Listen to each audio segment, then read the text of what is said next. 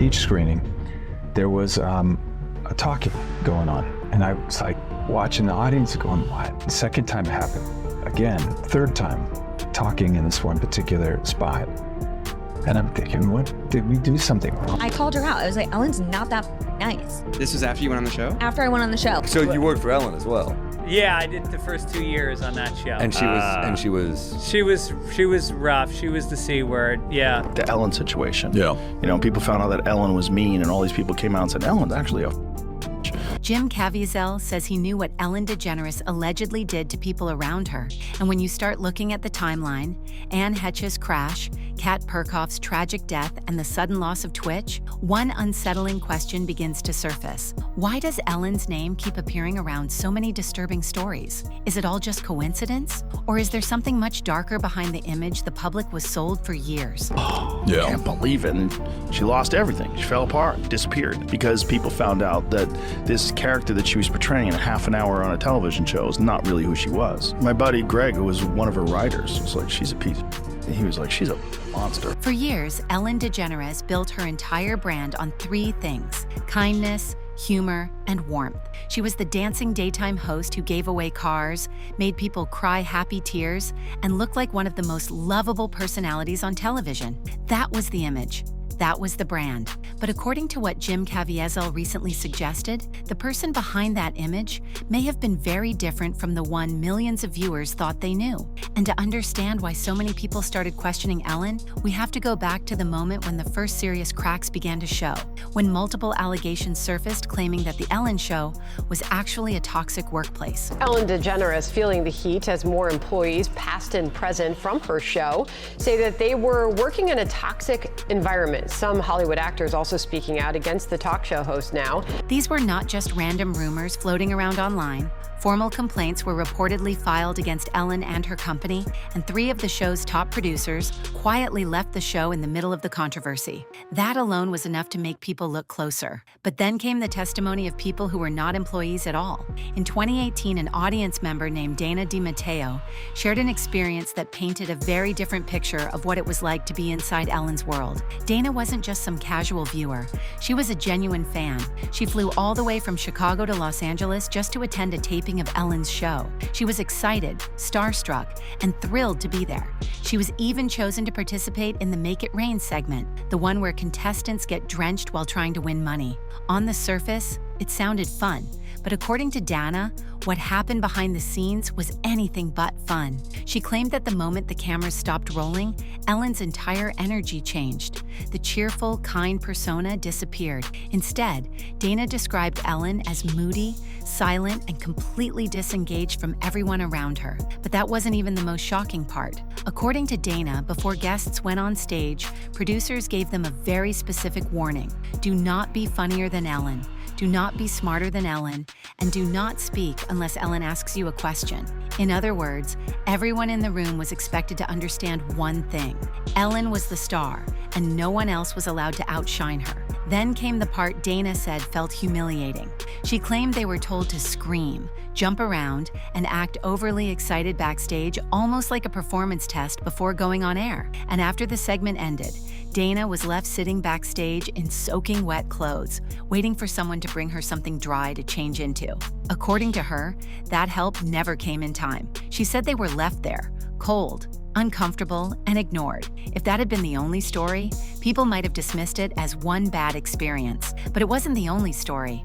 More and more former employees began speaking out, describing The Ellen Show as a toxic environment. And once those accounts started piling up, the public began doing what the internet always does, looking backward, not just at Ellen's show, but at Ellen's past. And that's when things began to feel even stranger, because suddenly people weren't just talking about a toxic workplace anymore, they were talking about a pattern. Ellen remotely addressed her staff about the current allegations of turning a blind eye to a toxic work environment. She reportedly teared up and apologized, saying she's not perfect, and calling the disturbing allegations of the atmosphere on her show heartbreaking. She also responded to rumors that staffers are not allowed to look her directly in the eye, calling them crazy and not true. As the backlash grew, Ellen eventually addressed her staff and the public controversy surrounding the show. Reports said she became emotional, apologized, and admitted that she was not perfect. She called the allegations heartbreaking and denied some of the more extreme rumors, including claims that staff members were not allowed to look her in the eye. But by that point, the damage had already been done.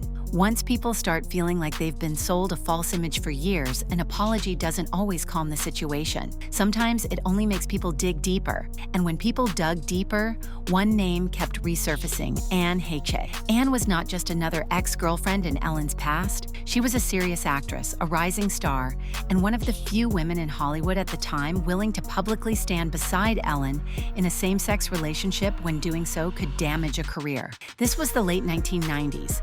The industry was far less accepting than it is today. The risks were real, but Anne didn't back down. She walked red carpets with Ellen, spoke openly about their relationship, and put everything on the line. You are our best dressed couple this year. No, thank you. Yes, we're very grateful for that award. Well, we know that your Emmy meant a lot and all. I mean, come on, a big year, but the Golden Hanger, significantly more emotional. The Emmy is like, I don't even know where that is. The Golden Hanger is right on the mantle. We were crying for days. And now, who are we wearing tonight? Well, we are wearing Pamela Dennis, and we are wearing Voyage. For a while, their relationship seemed bold, intense, and deeply committed. But according to multiple accounts and biographies, that intensity didn't last forever. People close to them later described the relationship as consuming. Then something changed. Ellen reportedly pulled away. Some accounts suggest that industry pressure, fear of being blackballed, and concerns about career damage may have played a role. If those reports are true, then Ellen made a choice, and Anne was the one left to deal with the fallout. Ellen was far from nice. We're out there for years. What was your reaction to the toxic workplace controversy?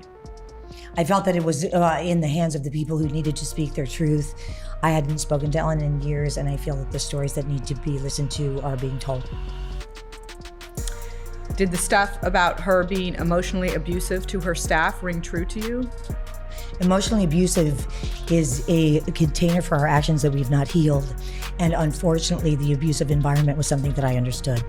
What happened after the breakup is part of public record, and it remains one of the most disturbing chapters in Anne Heche's life. She suffered a very public and very severe mental health crisis. She was found in Fresno, California, more than 200 miles from Los Angeles, wearing minimal clothing and behaving in a way many described as deeply alarming.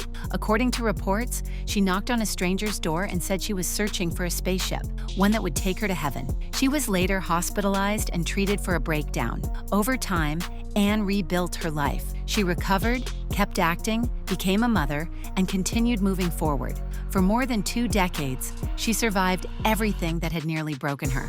But then came August 5th, 2022.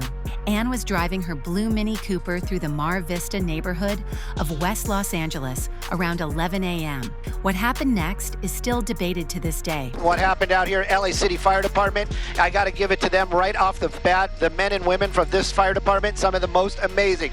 Vehicle into a structure, then that car catches fire. And when we say into a structure, I mean all the way in, almost coming out the other side. This house out here on Walgrove, right at the cross of Brookhaven, at Preston, you can see that T intersection. The best we can figure, that vehicle was on this street and made its way across, not stopping ever, through those hedges, through the front door, or through that front wall of this home, and lodged itself almost in the back. Then it caught fire. LA City Fire Department arriving here very quickly. Anne's car sped through an intersection, jumped a curb, and slammed into a 2-story home. The impact was so violent that the vehicle became lodged deep inside the structure. Then the car caught fire. Thick black smoke filled the scene. Firefighters took a long time to reach her because of how severe the blaze was. When Anne was finally pulled from the wreckage, she was still alive, but barely. Days later, she died in the hospital. The official cause of death was listed as inhalation and thermal injuries, along with a sternum fracture caused by blunt force trauma. Toxicology reports later stated that inactive drug metabolites were found, which suggested past use rather than active impairment at the time of the crash. That is the official story. But online, many people were not satisfied with it. And to be clear, these are theories, not proven facts. But the questions people asked were the kind that spread fast. Why were early reports about Anne's condition so inconsistent? Some outlets described her as stable, while others claimed she was intoxicated and combative. Which version was accurate? Then came another question. Could her car have been remotely manipulated? Modern cars are essentially rolling computers, and while many experts would call that theory unlikely, some argue that it is not technically impossible. And then, there was the speculation surrounding Anne's final film, The Girl in Room 13, which dealt with a dark and disturbing subject. Some online claimed the film may have made her a target. That theory has been widely debunked, and there is no verified evidence linking her death to the movie. But the theory spread anyway. Then came Ellen's response, or what many people saw as the lack of one. Anne Heche and Ellen had once shared a relationship that changed both of their public lives forever. So when Anne died, many expected some visible emotion, some meaningful tribute, something that acknowledged that history. Instead, Ellen's public response was minimal, brief, detached, and for a woman whose entire brand had been built around kindness, that silence spoke louder than words. That's Ellen DeGeneres, spotted out in public for the first time since her ex, Anne Heche, crashed her car into a home in L.A. Have you spoken to Anne Heche at all since her accident? Have not. Do you want to... We're not in touch with each other, so I wouldn't know. That silence only added fuel to the speculation, because Anne Heche is not the only tragic name people connect to Ellen's history. Before Ellen became famous, she was involved with a woman named Kat Perkoff. Kat died in a car accident, but according to those who have revisited the case over the years, it was not an ordinary crash. Reports say her Mercedes hit a tree and split in half. Her sister later made claims that have haunted people ever since. She suggested the car may have been tampered with, even implying that the frame looked as if it had been compromised before the crash. Skeptics later pointed to another detail that made the case seem even stranger. There were reportedly no skid marks at the scene, no visible sign that the driver had tried to brake. For some people, that raised more questions than answers. Was it simply a tragic accident?